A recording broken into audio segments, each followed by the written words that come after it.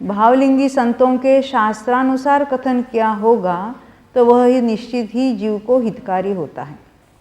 परंतु कोई वक्ता जिनागम के विरुद्ध उपदेश देता हो वह स्वयं का तथा उसके अनुयायियों का अकल्याण ही करता है।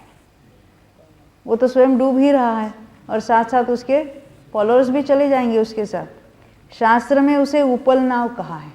उपल समझते हैं? हाँ, खाली पत्थर नहीं, प्रेशियस स्टोन।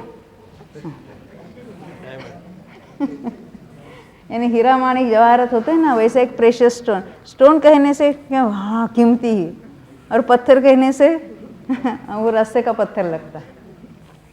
तो मान लेते उपल यानी कोई डायमंड्स में से कोई एक हीरे माणकों की एक नाव बनाई और हमने जहाज ऊपर से उसको ले जाके वो नीचे छोड़ दिया समुद्र में। तो अभी उसको सब लोग बैठेंगे और हम वो जहाज से कट करेंगे उसको। किसकी किसकी तैयारी है बैठने की बोलो? बहुत कीमती पत्थर लगे हुए उसके अंदर। अरे पत्थरों की बनी है, उसको शास्त्र में उपल नाव कहा है। किसने कहा है? कहाँ सुना है? हाँ, छड़ाला में, छड़ाला में शास्त्र में उसे उपल नाव कहा है। उपल अर्थात पत्थर। पत्थर की नाव पानी में स्वयं तो डूबती ही है, उसमें बैठने वाले जीवों को भी लेकर डूबती है। उसी प्रकार खोटा उपदेश देने वाले और उस उपदेश को योग्य समझकर ग्रहण करने वाले सभी जीव भवसागर में डूबकर कालांतर में निगोद अवस्था प्राप्त करते हैं। क्योंकि वो हेड क्वार्टर है ना, घूम घाम कर फिर वहाँ चले जाता है जीव। अन्य पर्याय में कितना भी घूमे फिर वहाँ जाके निगोद में जाकर पड़ा रहता है अनंत काल तक। कुछ कषाई जीवों ने मूल शास्त्र में फेरफार करके रागादि का पोषण करने वाले, मिथ्या मान्यताओं का पोषण करने वाले कितने ही वचन शास्त्र में घुसेड़ दिए हैं, परंतु ज्ञानी जीव इन वचनों का निषेध करते हैं।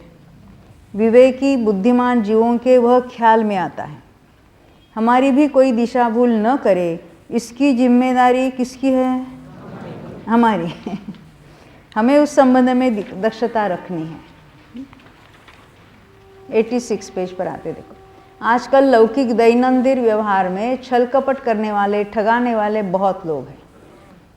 सोने हीरे के गहने, कपड़े, खाद्य पदार्थ आदि में कुछ मिलावट तो नहीं है ना, इसके बारे में हम कितना जागरूक रहते हैं।